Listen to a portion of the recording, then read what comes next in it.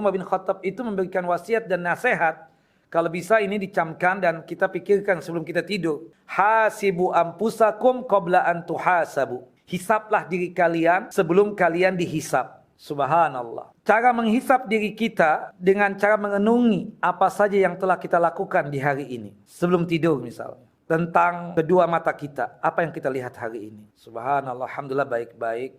Alhamdulillah telinga baik-baik aja, nggak dengar macam-macam. Jari jemari alhamdulillah postingan yang baik-baik aja. Kemudian kedua kaki ini alhamdulillah dilangkahkan ke masjid, ke kajian. Hati juga terjaga hari ini, nggak ada suudzon. Subhanallah. Hari ini nggak sombong, alhamdulillah. Kalau misalnya ada, aduh sombong tadi nih. Astaghfirullah wa atubu ilaih. Astaghfirullah. Dan seperti itu.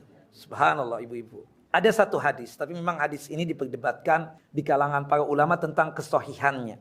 Tapi ini sebagai pelajaran lah, pelajaran penting buat kita. Pernah suatu hari habis salat subuh, Nabi kita Muhammad SAW mengatakan kepada para sahabatnya, akan masuk ke Masjid Nabawi ini seseorang ahli jannah, seorang yang dipastikan masuk surga. Para sahabat memperhatikan pintu yang ditunjuk oleh Nabi.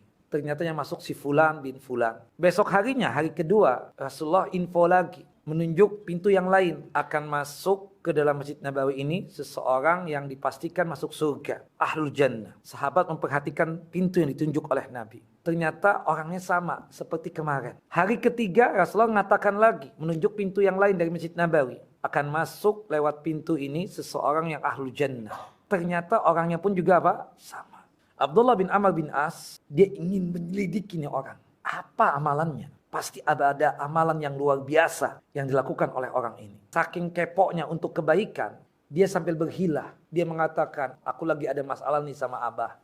Boleh nggak aku nginap di tempat om, di tempat ami? Ahlan wa sahlan.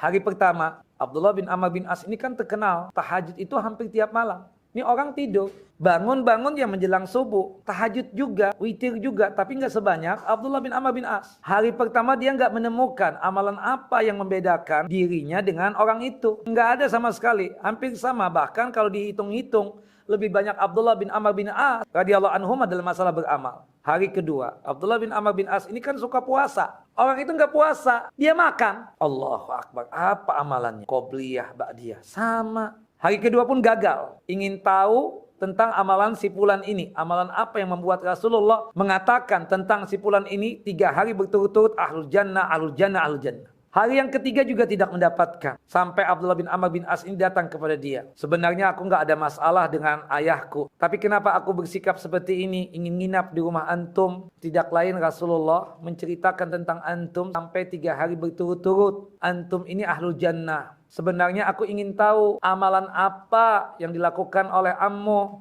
oleh ammi ini, oleh om ini apa. Aku ingin tahu. Ya Abdullah bin Amr bin As. Kan kita 3 hari bersama-sama. Antum tahu perbuatan anak ya begitu deh sudah. Assalamualaikum. Ditinggalkan oleh Abdullah bin Amr bin As. Baru melangkahkan kaki ya beberapa langkah mau keluar dari rumahnya si orang ini. Dipanggil. Ya Abdullah ta'ala. Gini ya.